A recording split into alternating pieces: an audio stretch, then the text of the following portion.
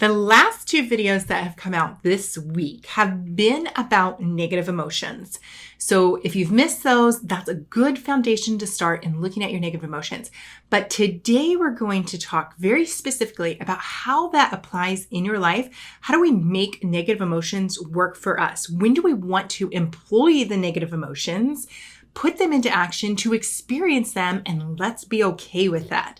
So I'm going to give you a very practical example from my life, and let's take a look at how that negative emotion helped drive me forward.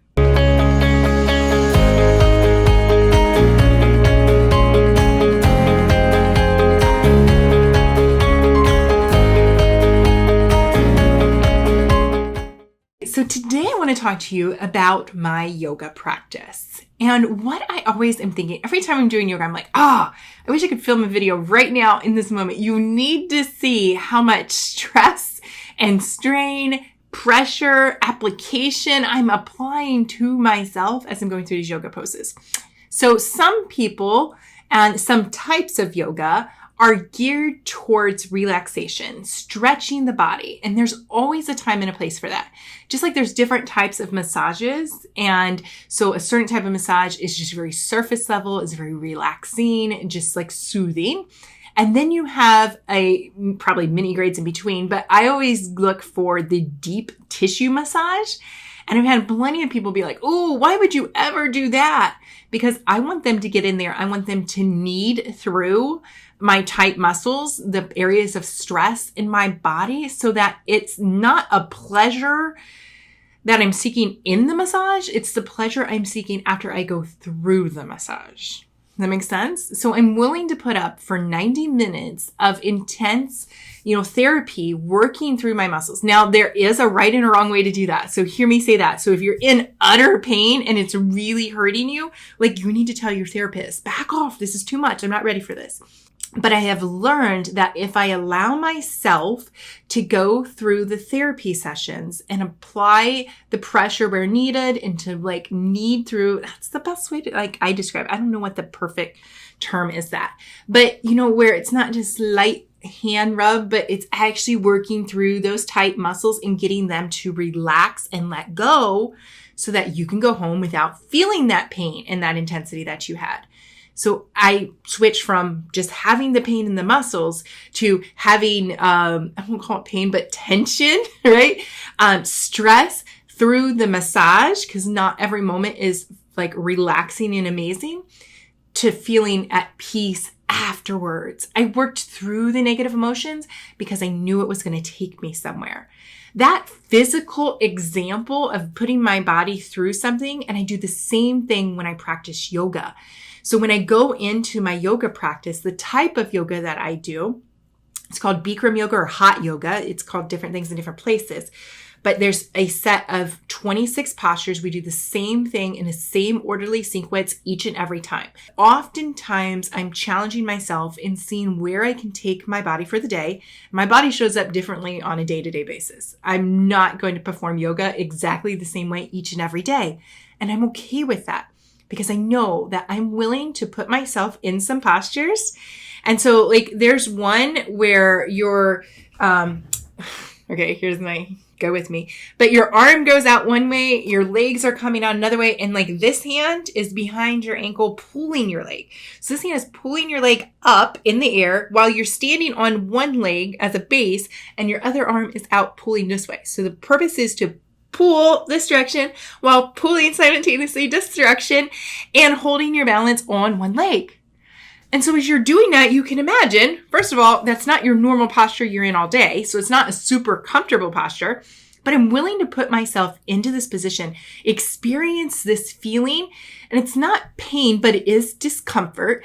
And it's not hurtful, but it is challenging, right? So these could be described as negative emotions. And for some people, they will go and they'll hear about it and they're like, what is this you're talking about? All right, let me try this class. And I have been there. I have invited people to come to yoga before, and they have taken one class and they have hated it. And they're like, why would you ever do that to yourself? And they never, ever come back, because it was I tell people this as a disclosure. Time going to this yoga class, you're probably not going to fall in love with it. It's going to be a new way of experiencing your body and pushing yourself in different ways. You're not going to enjoy it.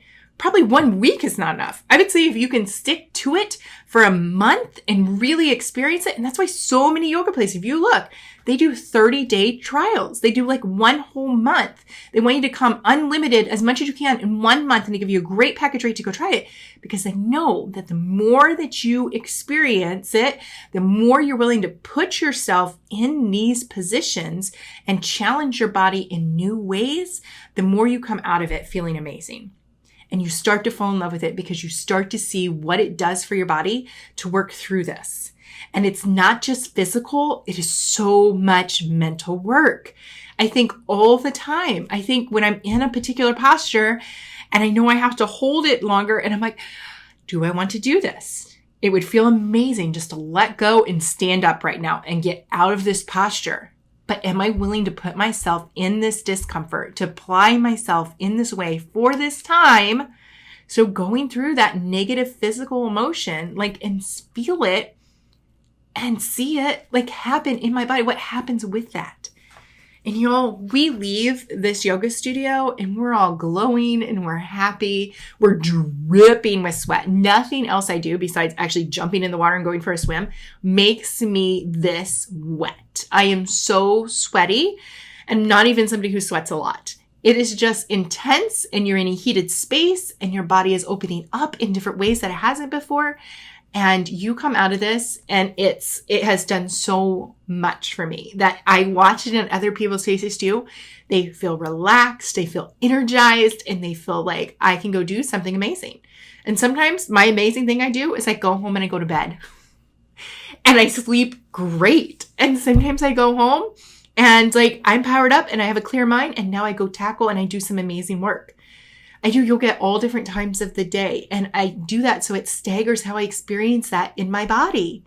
But y'all, it challenges me in ways that I have to be willing to accept. I have to take on that challenge, embrace it, and know why I've put myself in this situation, why I'm choosing to go through this negative emotion. And so I'm challenging you to look at the times that you are willing to go through negative emotions in your own life. What experiences do you have? Is it something physical, like I just described, like a massage or a yoga, some kind of workout routine, lots of people are willing to go run for miles at a time, right? And they talk about what that feels like. And there's so much endorphins and mental clarity that comes out of it. The same is true. So we can translate that to a lot of physical activities, and we know why putting ourselves through that is worth it and what it brings to us. But are you also willing to look at that and apply that and see how that works on your mental thought process? Because sometimes there are negative thoughts that we're going to go through and they're going to challenge us and they're going to push us and we're going to wonder why we think this. And we're going to want to have judgment to ourselves and we're going to be like, you should be better than that. You should already know this by now. That doesn't help you. That doesn't serve you at all. That's like me showing up to yoga and going, why can't I hold this posture? Why can't I balance on one leg today? I could do it yesterday. I could do it last week. Why can't I do it today? But you guys, every day, my body is different.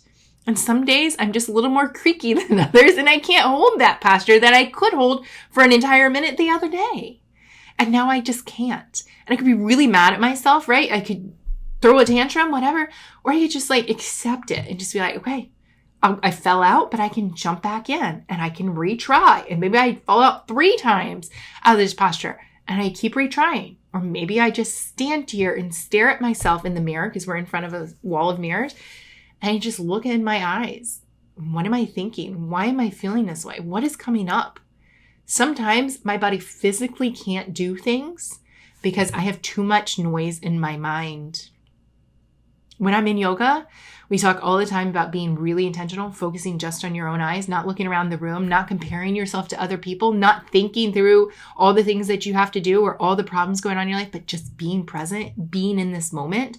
There's so much to learn from that. There's so much to learn from that into how to apply working through your negative thoughts. So look back at those other 2 videos if you missed them, where this week I talked about what it's like to go through and experience negative emotions.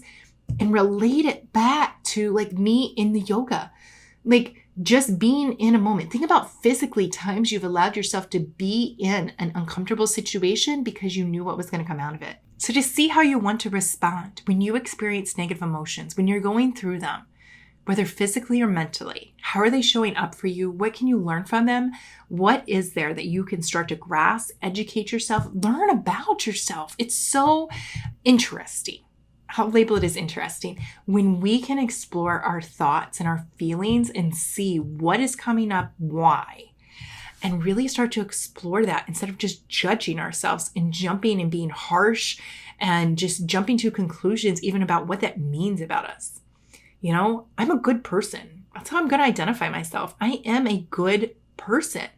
But there are thoughts that come through my head from time to time that if other people knew that thought popped in my head, they'd be like, ooh, she's wicked. It doesn't make me a wicked person because I had a bad thought.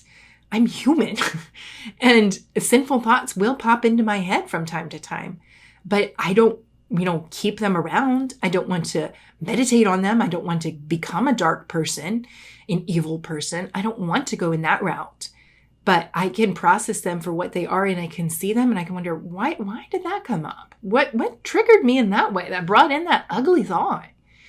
I know that doesn't serve me, but before I just toss it out and ignore it, like, let's see where it came from. Why is it here? And what can I learn from it? So much you can get when you work through your negative emotions. And I also highly, highly recommend, if you've never tried it out, give hot yoga a chance. I think powerfully as a physical practice, there's so much mental clarity and so much mental insights that you're really going to experience when you apply yourself. I think this is why yoga and meditation go hand in hand so easily. We know meditation is a nice reflection on your thoughts. So anyhow, it's my tip for working out, taking care of your body. There's so many benefits. And the kind of yoga, if you're looking at that so you don't have to watch the whole video again, I do Bikram yoga, which is also called hot yoga here in the States. And so you might see a hot yoga studio.